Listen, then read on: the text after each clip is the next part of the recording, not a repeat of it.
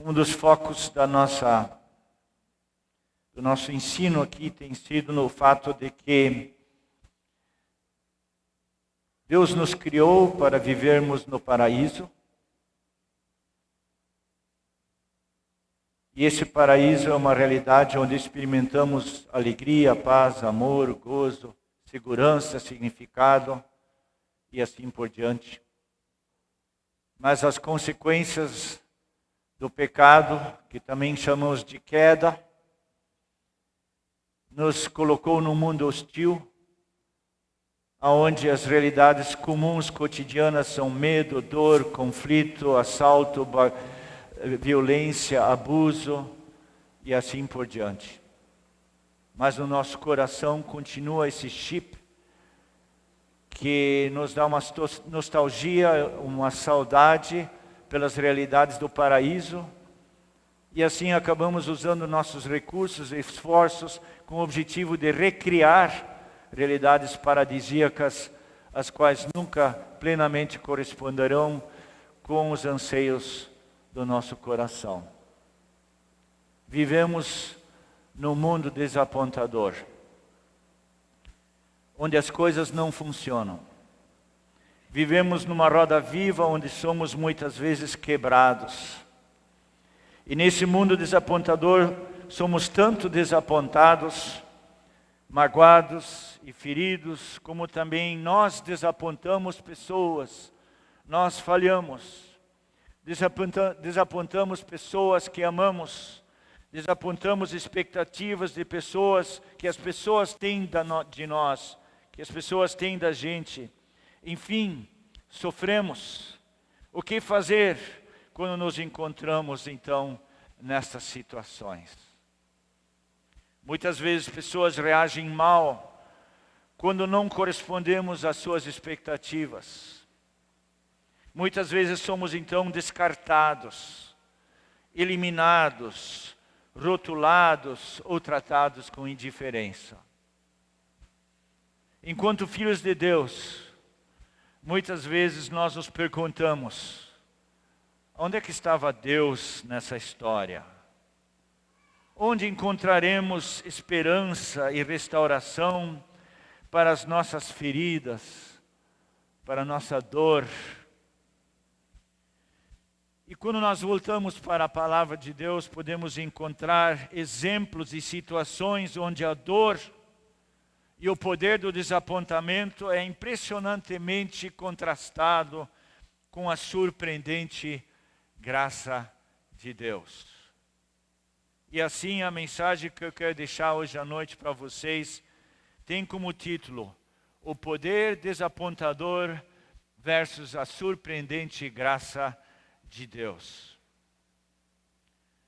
Na palavra de Deus encontramos esses exemplos. E quando nós abrimos nossas Bíblias no livro de Atos, capítulo 13, versículo 4, nós podemos ler algumas coisas. Lá no versículo 4 do capítulo 13 de Atos, o capítulo diz que João Marcos, estava com eles como auxiliar. Ou seja, ele estava junto com Paulo e Barnabé, e João Marcos estava com eles como auxiliar. E quando nós vamos para o versículo 13 daquele capítulo, onde lemos assim, que de Pafos, Paulo e seus companheiros navegaram para a Pérsia e na Panfilha, João os deixou ali e voltou para Jerusalém. De alguma forma, ali João Marcos abandonou, por assim dizer, essa viagem missionária de Paulo e Barnabé. Por alguma razão, que não sabemos bem o que foi o motivo por que João Marcos abandonou essa viagem missionária. Mas quando daí houve uma segunda viagem missionária de Paulo e Barnabé, houve um grande desentendimento entre eles. Quando nós vamos mais adiante para o capítulo 15, nos versículos 36 a 41, podemos ler os seguintes versículos. Capítulo 15, 36 ao 41. Algum tempo depois, Paulo disse a Barnabé: voltemos para vir visitar os irmãos em todas as cidades onde pregamos a palavra do Senhor, para ver como estão indo.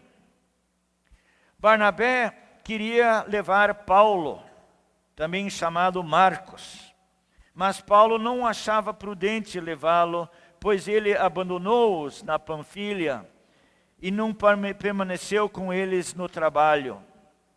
Tiveram um desentendimento tão sério que se separaram.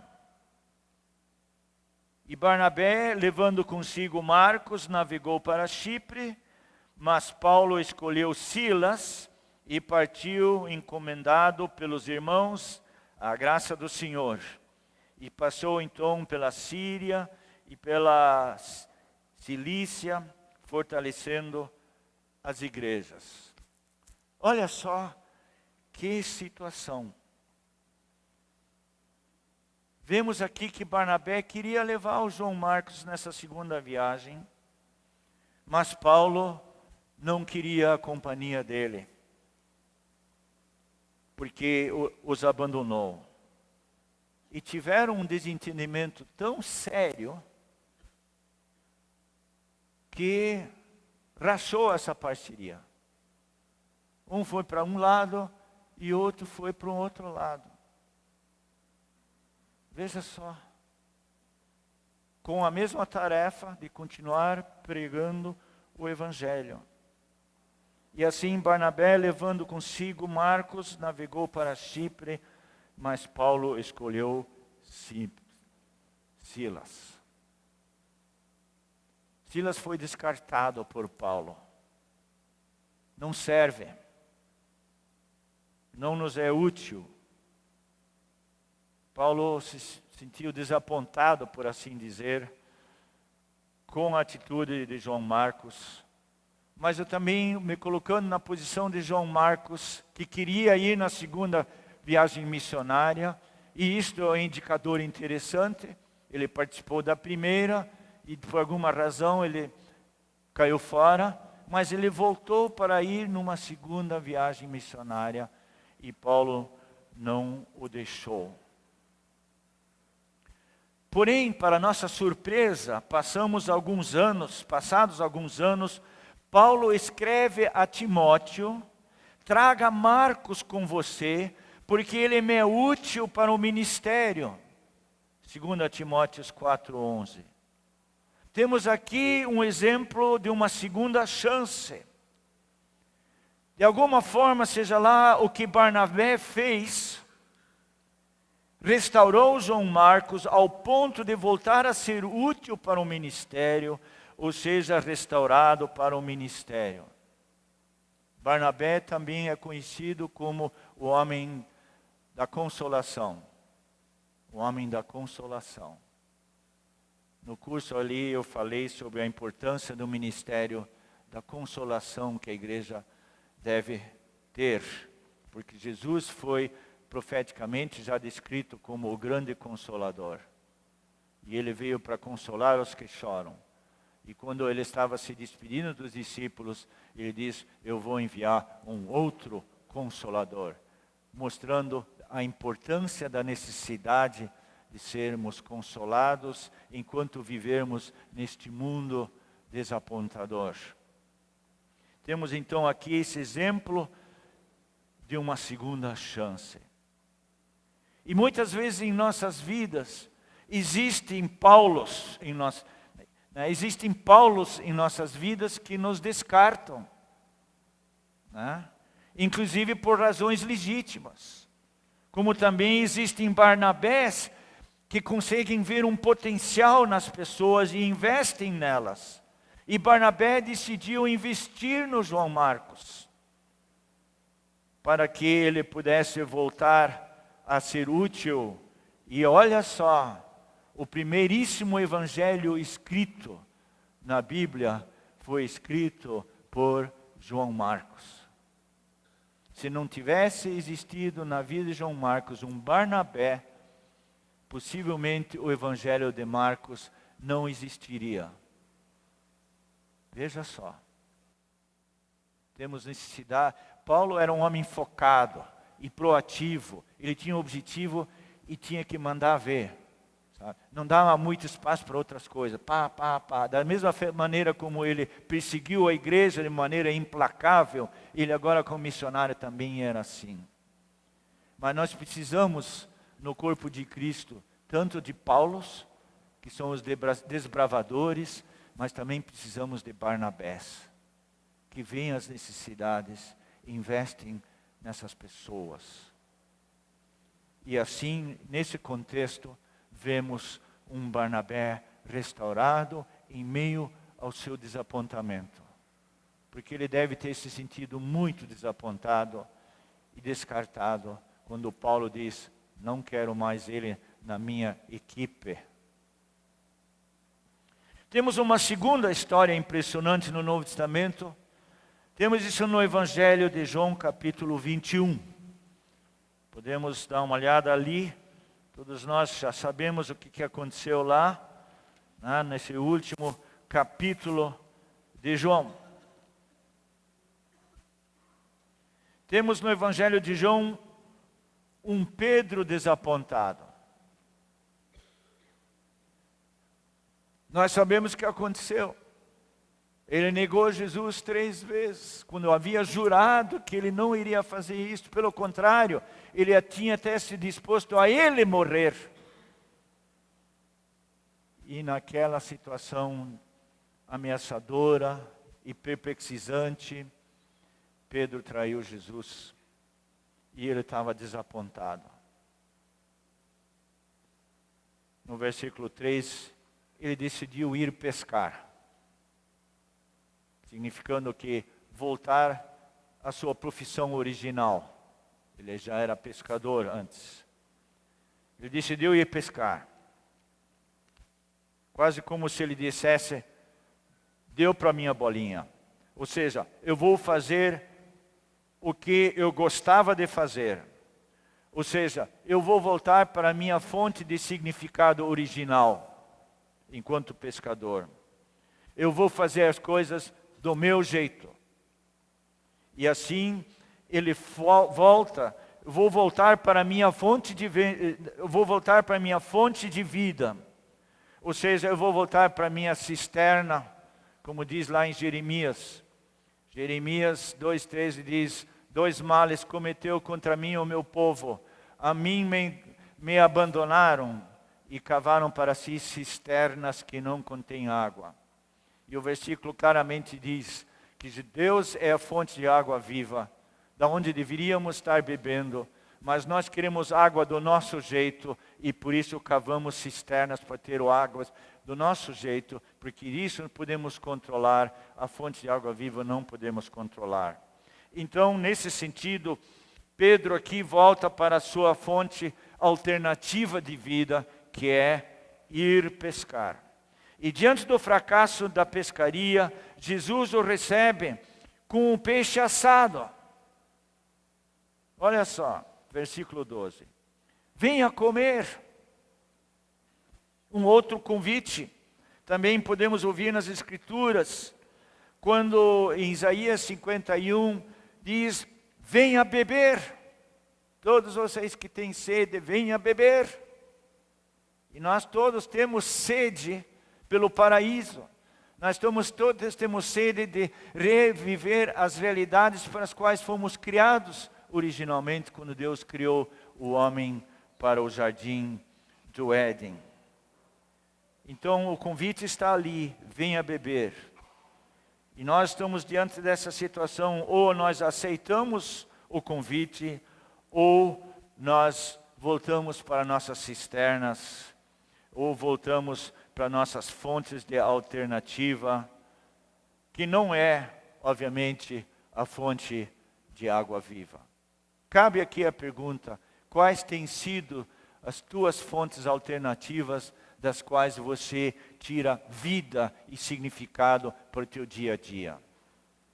E quando você percebe certas coisas que dão isto, perceba que não é Deus, eram as coisas que você maneja e faz ou possui, e assim por diante. Temos aqui então de novo um exemplo do desapontamento versus a graça. E Jesus começa, no versículo 15, ele começa uma restauração, fazendo uma pergunta. Simão, você me ama? Vamos lá no versículo 15. Depois que comeram, Jesus perguntou: Simão Pedro, Simão filho de João, você me ama? Você me ama mais do que esses?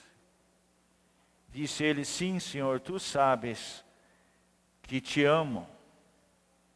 E daí Jesus, a cada resposta, porque ele perguntou 3 vezes, e sempre quando na Bíblia uma coisa acontece 3 vezes, isso é importante.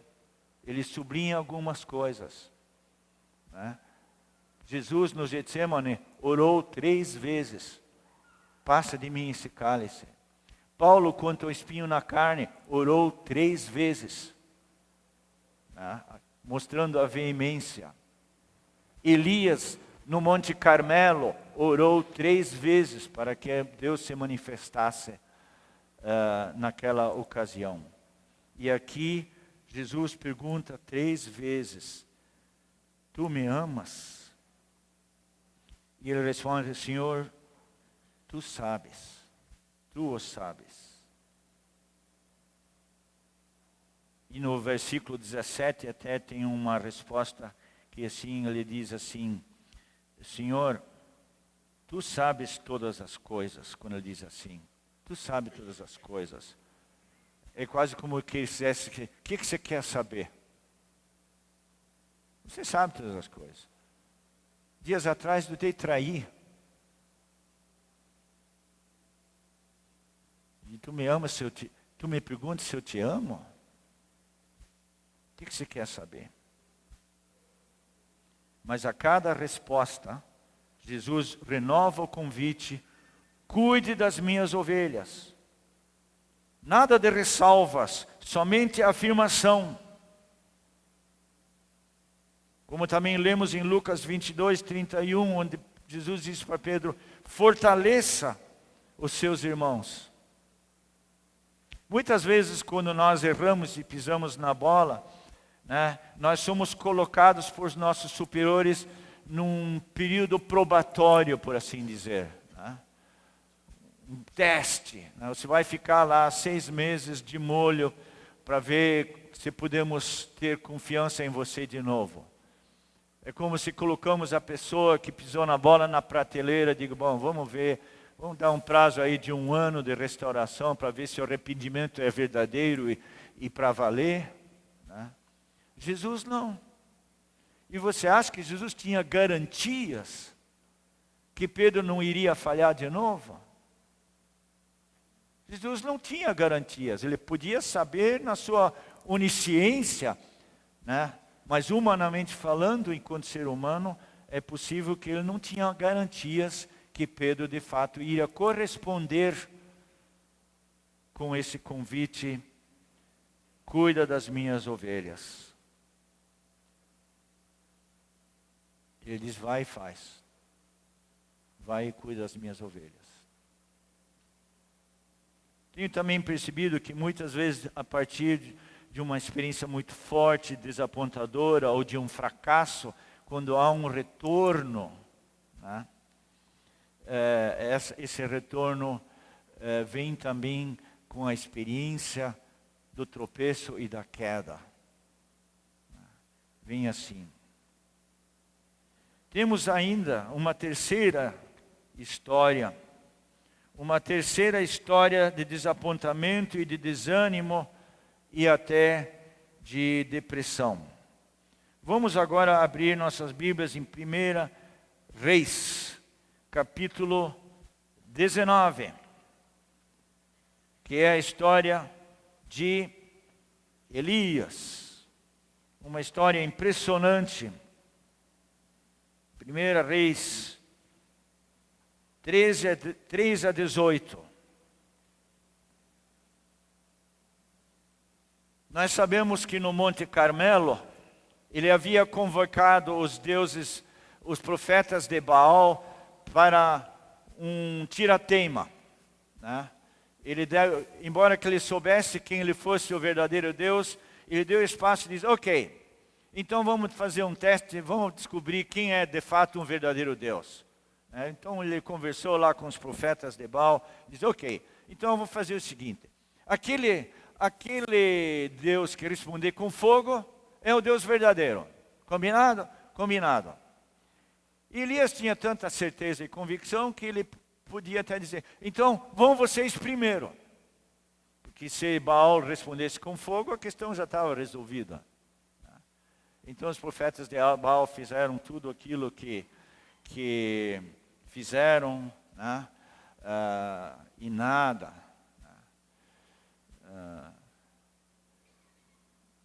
E Elias teve até a ironia, o humor de dizer, clamem mais alto, talvez ele esteja dormindo. Vai ver que Baal está dormindo, gritem mais alto, né? Vamos ver. Mas nada aconteceu. No versículo 27 do capítulo 18 diz, gritem mais alto, já que ele é Deus. Quem sabe está meditando, ou ocupado, ou viajando, né? Talvez esteja dormindo e precisa ser despertado. E assim passaram a gritar mais alto e a ferir-se com espadas e lanças, de acordo com é o costume deles. Passou o meio-dia e eles continuaram profetizando em transe até a hora do sacrifício da tarde, mas não houve resposta alguma e ninguém respondeu, ninguém deu atenção. Então Elias disse a todo o povo, ok, aproximem-se aqui agora, né? O povo se aproximou, ele reparou o altar do Senhor que estava em ruínas e depois apanhou 12 pedras, uma para cada tribo e foi indo lá, né? Contando todas as coisas, daí mandou cavar ao redor do altar uma valeta na qual poderiam ser semeadas 2 medidas de sementes, depois arrumou a lenha, cortou o novilho em pedaços, enchem de água as 4 jarras, né? Então encheu tudo de água para justamente dificultar qualquer coisa pegar fogo ali, né? E daí ele orou, né? E num primeiro momento nada acontecia, ele orou, né? E daí ele mandou também fazer isso pela 3ª vez, e fizeram a 3ª vez, e a água escorria do altar, chegando a encher a valeta. E daí chega a hora do sacrifício, o profeta Elias na frente do altar, ele orou, ó Senhor Deus de Abraão, Isaque e de Israel, que hoje fique conhecido que Tu és Deus em Israel, e que eu sou o seu servo, e que fiz todas as tuas coisas por tua ordem. Responde-me, Senhor, responde-me, né? Para que esse povo saiba que tu és Deus.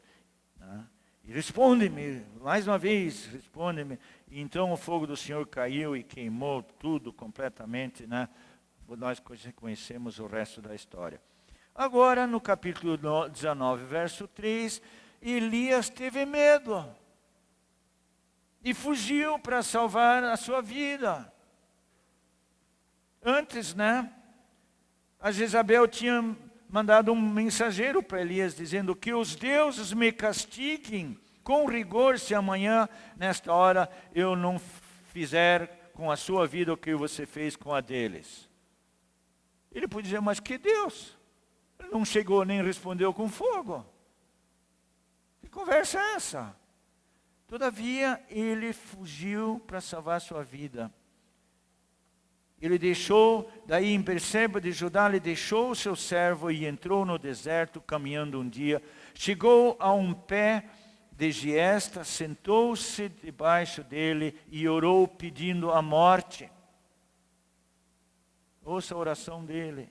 Já tive o bastante, Senhor. Tira minha vida. Não sou melhor do que os meus antepassados. E daí, pois, deitou-se de uma árvore e dormiu. Vejam essa oração. Ele estava deprimido. Ele estava triste de morte, por assim dizer. Já tive o bastante. Deu para mim. Como já falei antes, deu para mim a bolinha. Sou um fracasso. não sou melhor que meus antepassados. Ah, é? Era isso que eu queria ser? O bem bom, o melhor do que os antepassados? E de repente um anjo tocou nele e disse, levante-se e coma.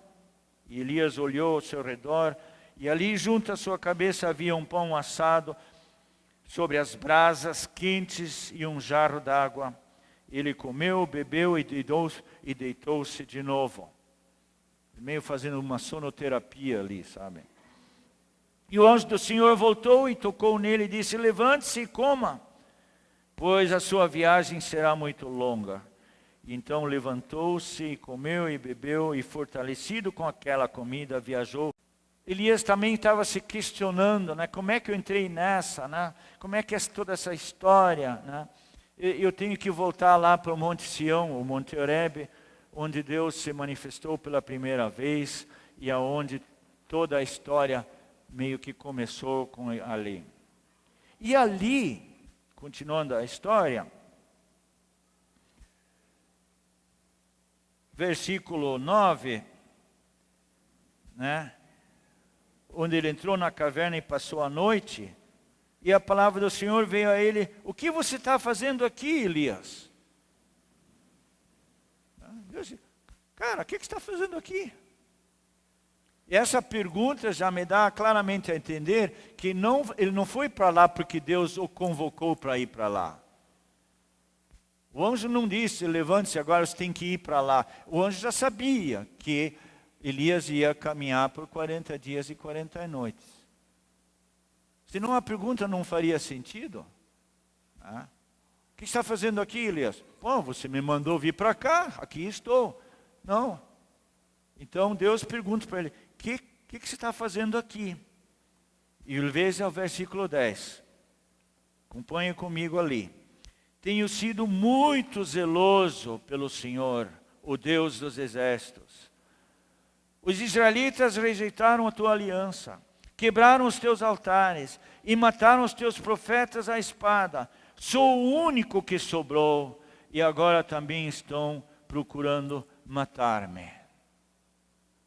Percebam aqui, né? Ele se vê como vítima, como coitado, eu sou o único.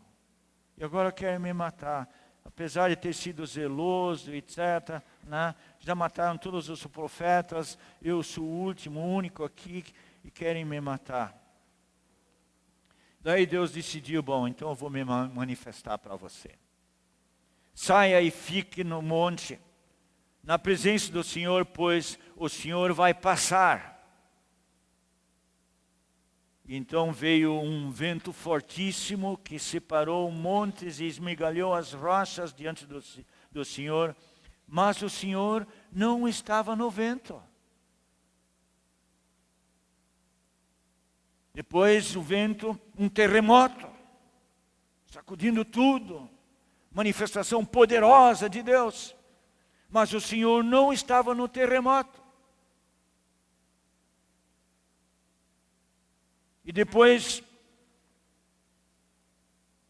do terremoto houve um fogo. E ele diz, é agora. Eu sei tudo sobre fogo, né? Lá no Monte Carmelo é fogo, então é agora. Vem, agora que vem mesmo. Então houve um fogo, mas o Senhor não estava no fogo.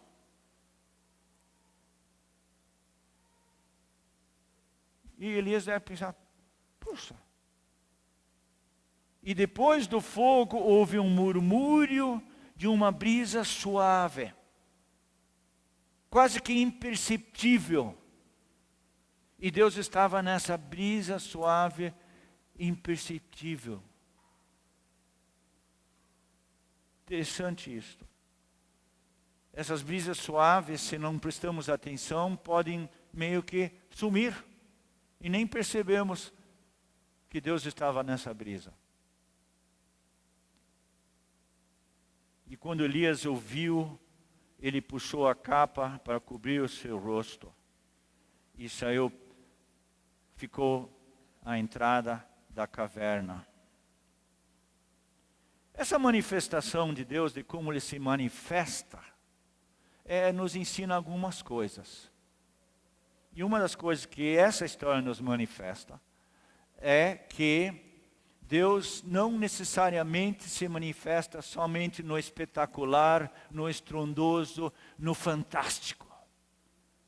Tipo terremoto, fogo e tempestade. E eu percebo que muitas vezes nós procuramos Deus nessas realidades. Que se o culto não foi poderoso, Deus não estava ali. E eu quero sugerir que Deus nem sempre se manifesta no fantástico, no espetacular, no estrondoso, mas na brisa suave. E a palavra de Deus diz: aquietai-vos e sabei que é Deus. Nós vivemos uma vida tão corrida, correndo, cheio de barulhos,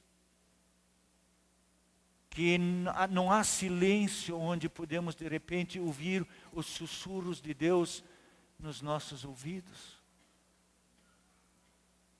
Impressionante, me chama a atenção quanta gente eu vejo andando por aí, seja de bicicleta, seja na academia, com um negócio aqui dentro do ouvido. Está sempre entrando alguma coisa aqui dentro. Eu desconfio porque nós não aguentamos ouvir a voz interior. Então, para abafar talvez a inquietação do nosso coração, da nossa alma, nós entupimos isso com sons o tempo todo. O tempo todo com sons. Me chama a atenção isto. E, enfim, Deus se manifesta aqui dessa forma. Elias percebe isto, reage a isto. E daí no fim do versículo 13, Deus repete a pergunta: o que você está fazendo aqui, Elias? Geralmente, quando você faz uma pergunta uma segunda vez, é porque a gente quer ouvir uma outra resposta. O que você está fazendo aqui? Ouça a resposta de Elias. Vocês têm aí suas Bíblias abertas? Eu vou ler o versículo 14, mas você vai ler o versículo 10. Tá? Você olha no versículo 10, lê lá. Enquanto eu leio o 14, você acompanha no versículo 10. Combinado? E ele respondeu: eu tenho sido muito zeloso pelo Senhor, o Deus dos exércitos. Os israelitas rejeitaram a tua aliança, quebraram os teus altares, mataram os teus profetas e a espada. Eu sou o único que sobrou e agora também estão procurando matar-me.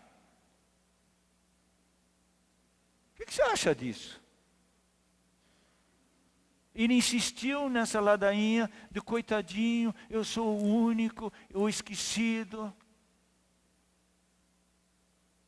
Olha só, eu sei disto.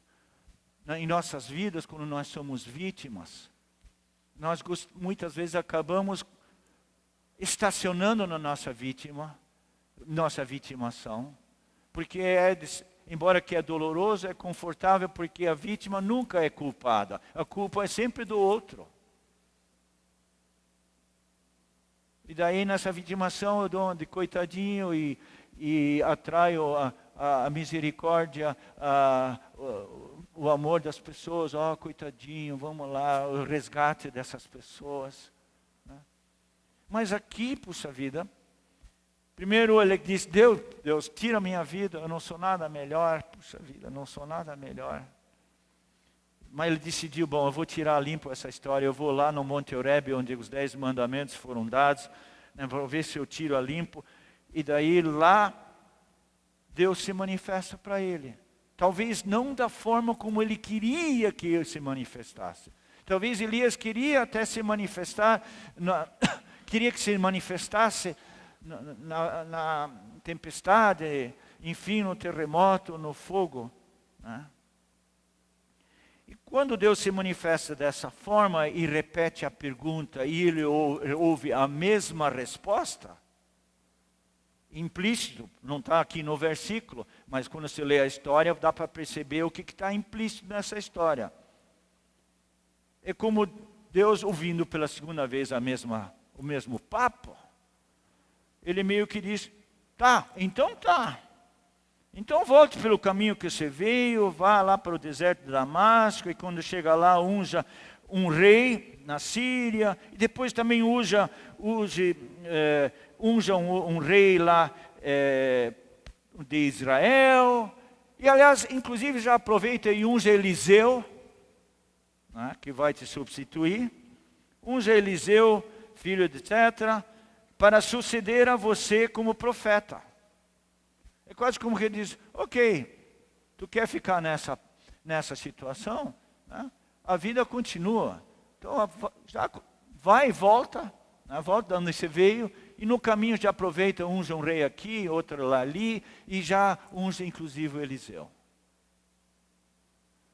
Isto é o que eu vejo nessa história de Elias, que ficou tão preso à sua realidade, à sua ladainha, que ele, de certa forma, começou a se sentir inútil para Deus. Como que diz, olha, vocês querem ficar pensando que você é o único profeta por aqui, né? Então, a vida tem que continuar. E assim Deus confronta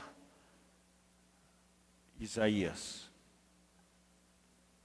E um santo da igreja, na Idade Média, chamado São João de Kronstadt, ele diz o seguinte, quando você está orando sozinho e o teu espírito está deprimido e oprimido pela solidão, então lembre-se que, como sempre, o Deus Trino te olha com olhos mais brilhantes que o sol.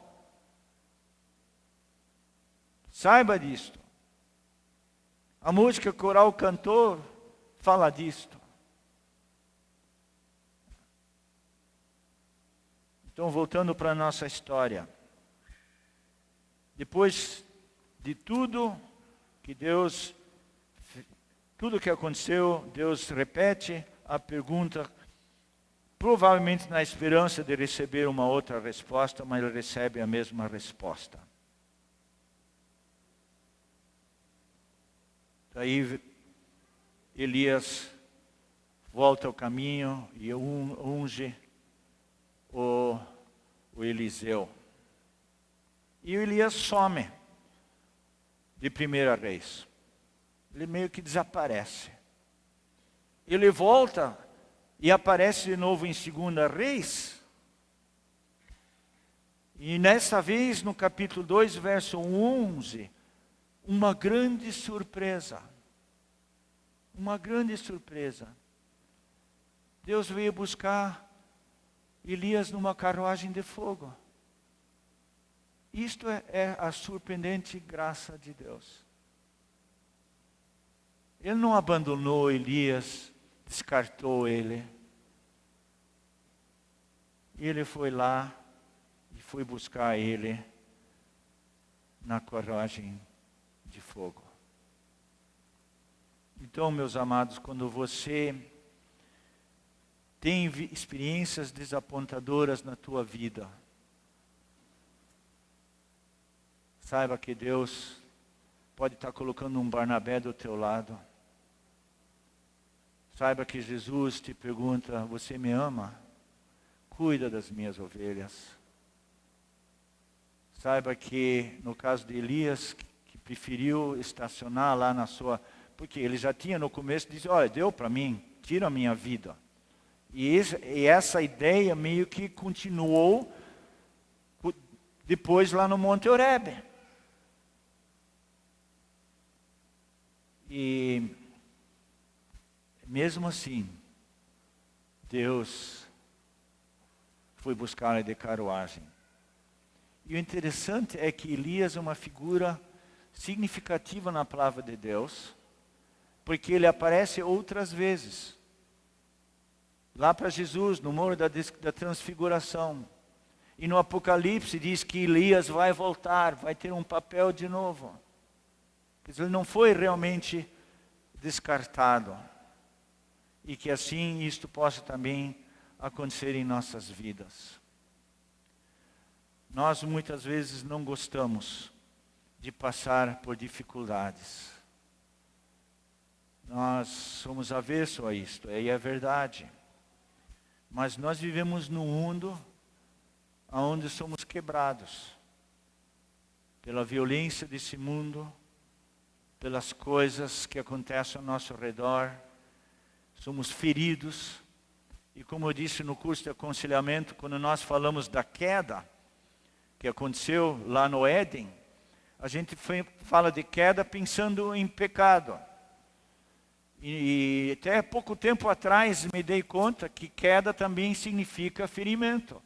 Porque quando eu caio de uma bicicleta eu me machuco. Quando eu caio a escada abaixo eu me machuco. Consequentemente, o que aconteceu no Éden é que, além de estarmos fora do paraíso, nós estamos feridos. E é por isso que Jesus, quando ele declara a sua plataforma, para declarar a que veio, ele lê Isaías 61, e lá também diz que ele veio para restaurar os corações quebrantados. É para isso que ele veio, porque estamos quebrantados. Por quê? Porque vivemos nesse mundo cruel. E eu quero terminar essa palavra lendo uma história. Não sei se já ouviram falar num tal de Brennan Manning, que escreveu o livro O Evangelho Maltrapilho. Esse Brennan Manning, ele foi um mentor espiritual de um cantor que tocou muito a vida dos meus filhos, um cantor cristão chamado Rich Mullins. Ele compôs músicas fantásticas e ele morreu precocemente num acidente de carro. E o Brennan Manning descreve a experiência que ele teve com Rich Mullins nos últimos anos da vida de Rich. Brennan Manning é um escritor, conferencista, um ex-padre que teve que deixar de ser padre por causa do alcoolismo. Ele foi no fundo do poço, e do qual ele foi resgatado. E Brennan Manning tem sido esse mentor de gente quebrada. E ele, nos últimos anos de vida de Rich Mullins, ele descreve a jornada de dor e sofrimento desse homem da seguinte maneira. Há uma cena numa peça de Thornton Wilder chamado O Anjo que Mexeu as Águas, que captura a essência da vida e da espiritualidade de Rich Mullins.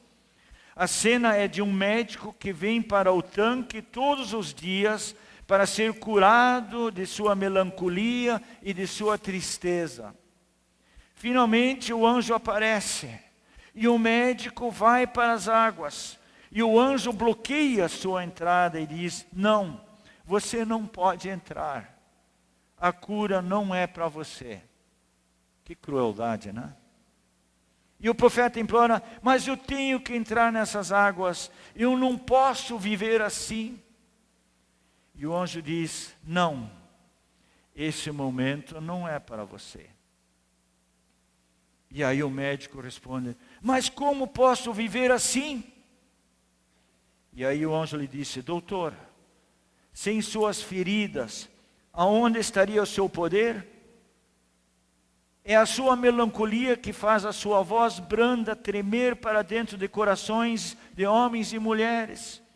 Os próprios anjos não conseguem persuadir as crianças infelizes e tolas dessa terra, como pode fazer um ser humano sendo quebrado pelas rodas da vida.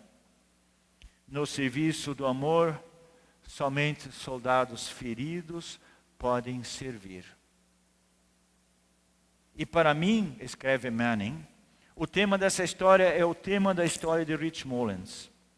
E ouça essa: toda a graça, toda a luz, toda a verdade, todo o poder são comunicados através da vulnerabilidade e do quebrantamento, da completa honestidade de homens e mulheres que têm sofrido naufrágios, de corações quebrantados, enfim quebrados na roda da vida.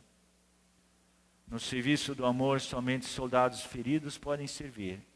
E para mim, diz Branham, o poder da vida de Rich está no poder do seu estar quebrado, o poder da sua cruel honestidade, da sua profunda sinceridade que move. Sentimos falta dele, mas até o dia da minha morte, eu vou me sentir honrado que pude dizer que Rich Mullins foi meu amigo. E Branham capturou as lutas internas de Rich, que Rich encarava. Todos nós temos nossas lutas internas que praticamente ninguém sabe. E ele queria tanto ser livre das suas lutas internas, mas se tivesse conseguido, ele talvez nunca teria alcançado as pessoas. Ele tinha sido quebrado nas rodas da vida, ferido na batalha diária da existência, mas foi o seu estar quebrado e estar ferido que permitiu servir aos outros. Então, se você se encontra numa situação como esta, permita que a tua vulnerabilidade, teu estar quebrado, seja o espaço onde o poder de Deus possa se manifestar. E tenho falado, nossas igrejas deviam ser muito mais igrejas hospitais do que igreja hotel, onde está tudo no lugarzinho certo, não há espaço para coisa fora do lugar. E no hospital você ouve gemidos, você vê sofrimento, você vê desespero. Aqui é o lugar onde pessoas podem ser restauradas, pessoas quebradas. E de alguma forma, que é quase incompreensível, parece que Deus gosta de coisas quebradas. Sacrifícios e holocaustos, quer, te dou. Mas o salmista diz, mas você tem prazer em coração contrito e quebrantado. Vocês conhecem a história do oleiro? O vaso quebra e não descarta, esse barro aqui não presta, ou pegar um outro barro. Não, ele pega esse vaso quebrado e faz um novo vaso. E eu visitei um oleiro uma vez na casa de uma amiga minha que fazia coisas de barro. E ele tinha essa roda que girava com o barro e com a mão, né, ele moldava esse barro. E eu sabia que o barro tem que ser puro. Ele é batido para tirar ciscos, cascalhos, né, para que o barro tem que ser puro. Mas mesmo assim, depois de batido, ainda pode ter um cascalhozinho aqui, um cisquinho ali. E eu vi ele lá trabalhando e eu perguntei para ele, escuta, pode acontecer que enquanto está formando esse vaso aqui, que um cascalho fere a tua mão? Pode sim. E tua mão sangra? Sangra. E você para? Não. E o teu sangue se mistura com aquele barro? Às vezes sim. Daí eu pensei, digo, meu Deus, quantas vezes os cascalhos da minha vida feriram a mão de Deus na tentativa de fazer de mim um novo barro. Pense nisso. As carinhosas mãos de Deus querendo te forjar. E os teus cascalhos, teus espinhos, seja lá o que for, ferindo a mão deste oleiro que quer fazer um novo vaso. Pense nisso, meus amados. Deixe-se moldar. É essa palavra que eu queria deixar com vocês. Que as palavras dos meus lábios e o meditar do meu coração sejam agradáveis na tua presença, ó Deus. Amém.